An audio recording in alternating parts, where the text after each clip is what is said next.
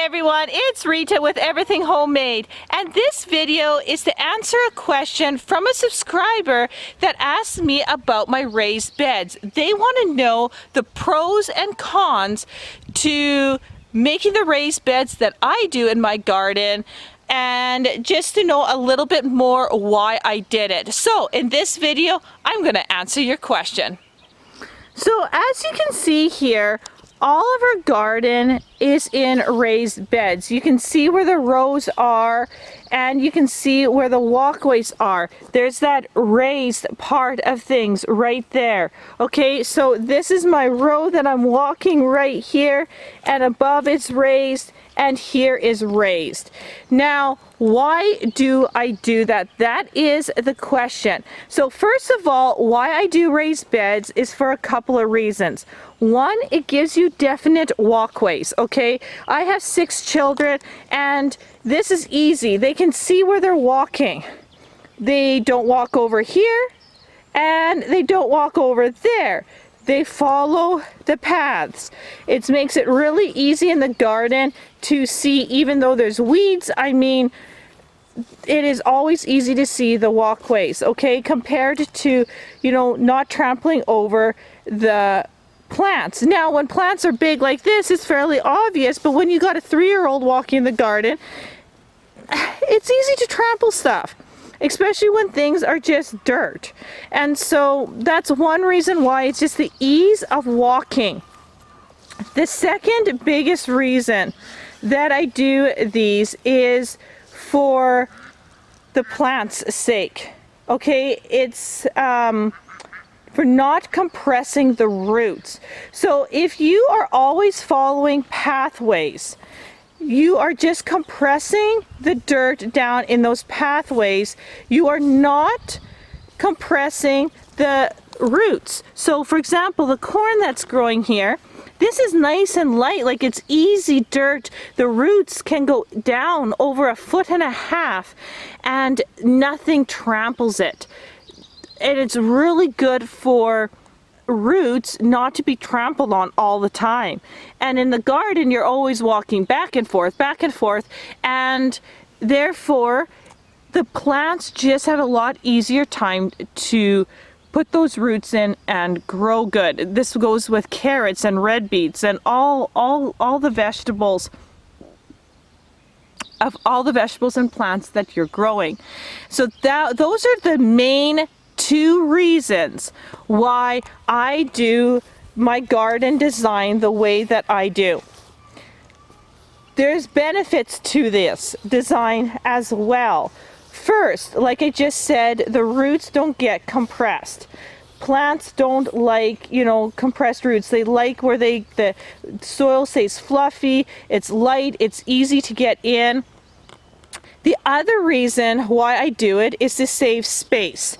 So when I do it this way, I can have nice wide beds. My average bed is 3 feet in width and 33 feet in length, and about 1 foot to 1.5 feet in depth. So these plants here can spread out nicely. I can fit a lot more because I got my rows long, or I got my rows wider, so I can put more plants in that space. I grew up old school gardening where you make a row, then a walkway, make a row, then a walkway. But I find that that's a lot of waste of space, because a lot of times you can put vegetables together better in a 30-foot space, and it's easy to get from either side, and you just give yourself more area to grow. And so I find that a lot more useful, and I've been doing this method now for the past almost 10 years, and I will never go back. So big bonus there. You save space. You also have a depth of soil, because we're shoveling soil up this way when we're making a row and shoveling this way to make our pathways. We can really give the carrots that nice depth of soil that they need. So your carrots grow longer, grow and deeper. They go down deeper into the soil, so you get a healthier crop.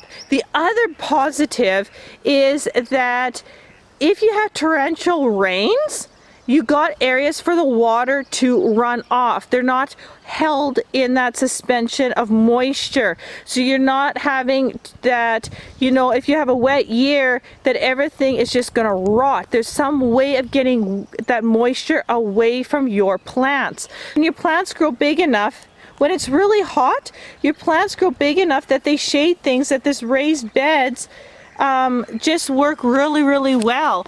And it even works good for squash. Like my squash here is also in a raised bed and it's growing beautifully. Again, that whole concept of, you know, just being able to get enough moisture, holding it in, getting those roots, and the plants just thrive. So this is my bean row here. Again, we're on a raised bed right here, and they grow beautifully. And so those are the positives. Now, I was also asked the cons. What is the cons to a raised bed? What is the cons to having raised beds like this? Well, I thought about this for a little bit because I couldn't automatically think of a con. I could just think of a lot of positives, but there is a con. And the con is it's labor intensive. You notice that there's no boards in this entire garden. All these raised beds are made every single year. Now, why we do that is because I like to rototill the garden completely every single year so pests can get destroyed. We add manure that's been we add manure every year from a manure pile from our cows in here, and the design of the garden will change from year to year.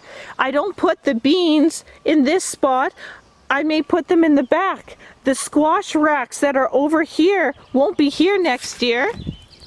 They'll be over there. This big house won't be here next year. It may be on the other side. So I'm always switching. So I can't just do set beds.